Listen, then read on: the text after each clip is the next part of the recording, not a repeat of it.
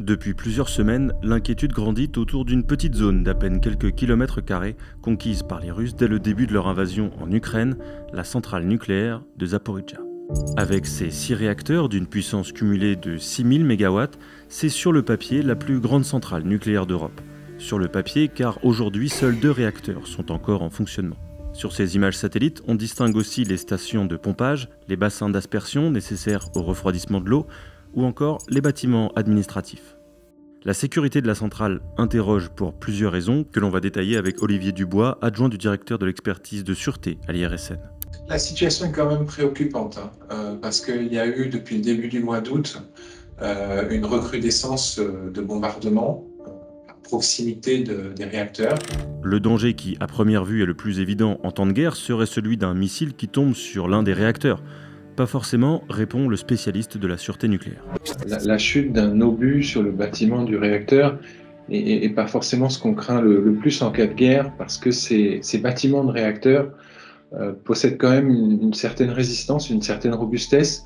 C'est des gros bâtiments en béton armé avec des murs d'une grande épaisseur. À 100 mètres au sud, il y a 4 lignes à haute tension qui permettent en temps normal à la centrale de distribuer l'électricité que ces réacteurs viennent de produire, mais aussi dans l'autre sens de faire marcher les pompes de refroidissement. Or, ces lignes sont affectées par les combats. Le 25 août, la seule ligne à haute tension encore en fonctionnement est coupée. Pendant quelques heures, l'inquiétude monte encore d'un cran.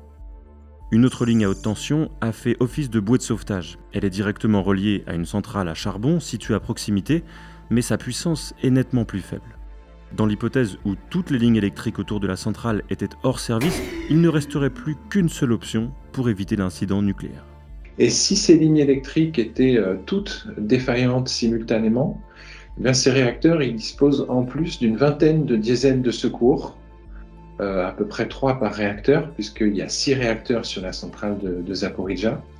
Ces diesels de secours, en plus, ils sont interconnectés entre eux, donc ils peuvent alimenter indifféremment l'un ou l'autre réacteur de la centrale, et ils disposent d'une autonomie en fuel de au moins une semaine.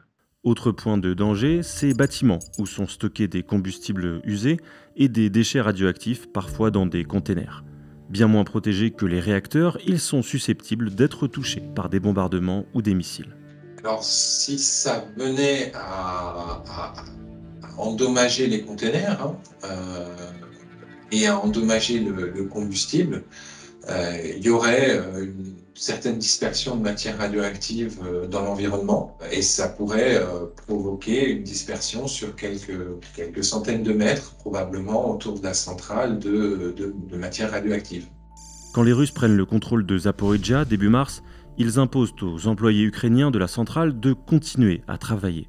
Dans cette guerre, une telle production d'électricité est un atout stratégique.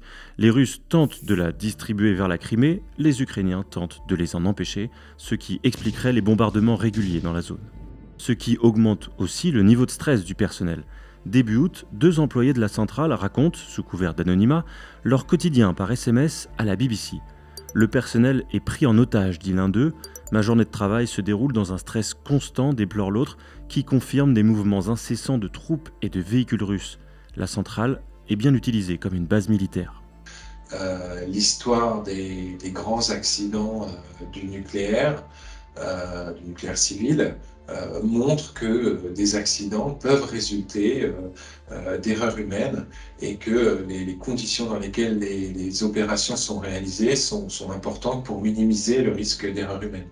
Le lundi 29 août, l'Agence internationale de l'énergie atomique annonce le départ d'une délégation pour évaluer sur le terrain tous ces risques que l'on vient d'évoquer.